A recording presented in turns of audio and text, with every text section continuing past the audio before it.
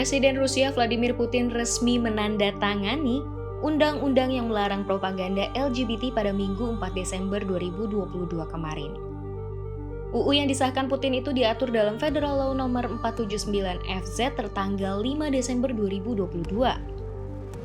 Meski begitu, UU tersebut sebetulnya merupakan pengembangan dari UU Federal tahun 2013 lalu.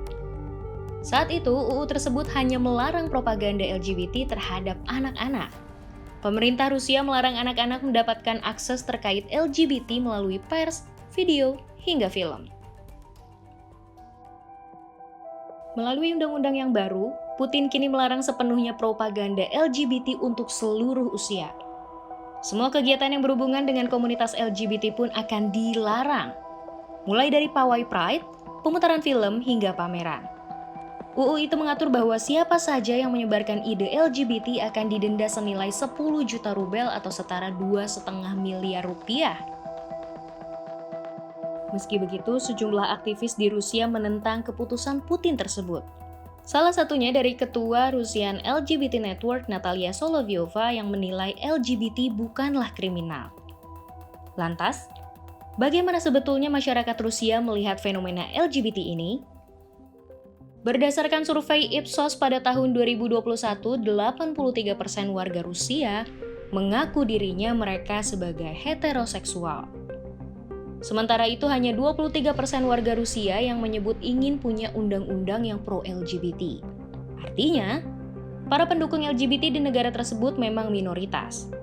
Ipsos bahkan mencatat bahwa Rusia menjadi negara yang paling menolak LGBT setelah Malaysia. Survei Ipsos itu hanya melibatkan 27 negara dan tidak ada Indonesia dalam survei tersebut. Mayoritas warga Rusia yang menentang keberadaan LGBT ini juga tak lepas dari pengaruh agama di sana.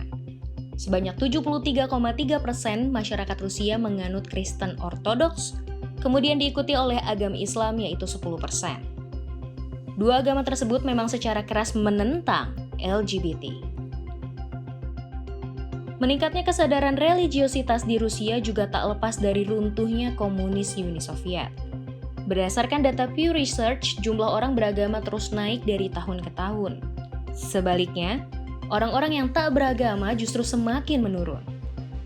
Dalam penelitian Buyan Tueva tahun 2017, pemerintah Rusia memang telah menjalin hubungan dengan gereja Ortodoks sejak runtuhnya Uni Soviet.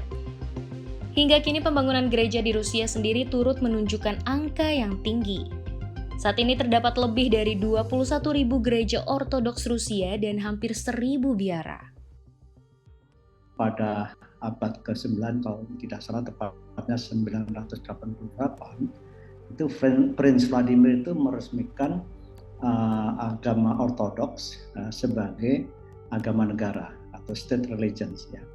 Setelah mempertimbangkan pendapat dari satu wakil dari Yahudi, ya, agama Yahudi yang dianggap tidak cocok, dan kedua juga ada presentasi tentang Islam. Nah, sebenarnya Islam dia tertarik, tetapi karena Islam melarang alkohol, and we cannot live without alcohol, ya, kita tidak bisa hidup tanpa alkohol, akhirnya dipilih Ortodoks sebagai agama resmi. Jadi memang kalau kita lihat kenapa di Rusia itu juga antara Islam dan Ortodoks itu sebenarnya cukup hidup berdampingan, ya, tidak saling bermusuhan dan ada nilai-nilai yang sama.